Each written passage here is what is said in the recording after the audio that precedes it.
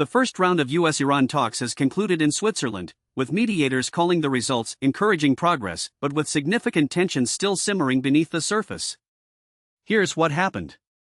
Diplomats gathered Sunday morning at a Swiss lakeside resort for the opening session of high-stakes negotiations aimed at turning a fragile 60-day pause in the wider Middle East conflict into something more permanent. Qatar and Pakistan, the two countries brokering the talks, announced just after 3 a.m. local time that the session had wrapped up. And while nobody's declaring victory, there were some concrete outcomes.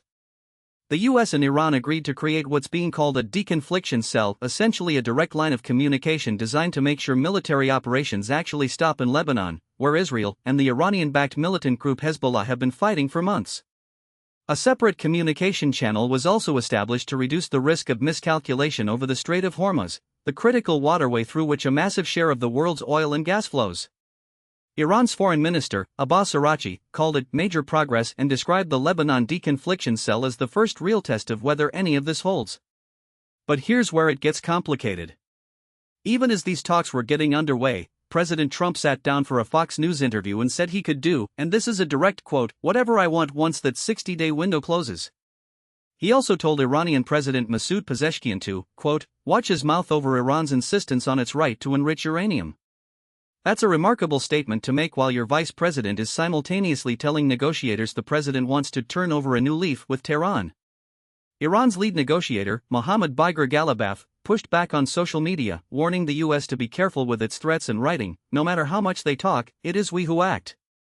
On the substance, the talks in this first session focused heavily on Lebanon and largely sidestepped what is widely considered the hardest issue of all, Iran's nuclear program.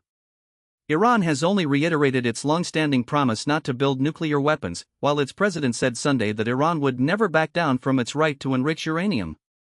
That fight has been deferred for later rounds. Iranian oil sanctions also came up. The managing director of Iran's national oil company, who was present at the talks, said lifting those sanctions was seriously pursued in the discussions. Meanwhile, on the ground in Lebanon, there were no reported Israeli strikes or Hezbollah rocket attacks as of Sunday evening local time, a relative quiet, though a fragile one.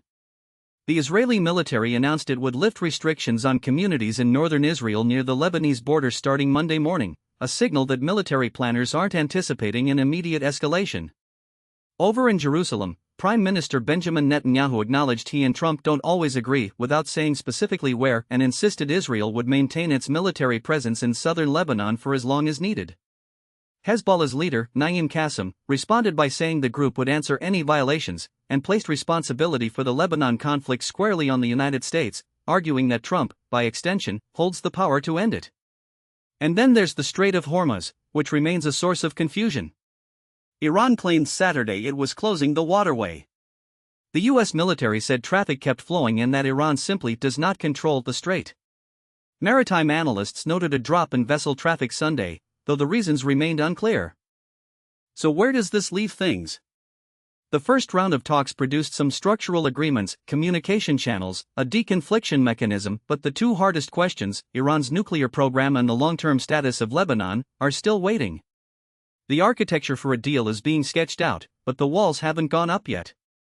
This has been your Middle East briefing. The conversation in Switzerland is just getting started, and the world is watching to see if the architecture holds.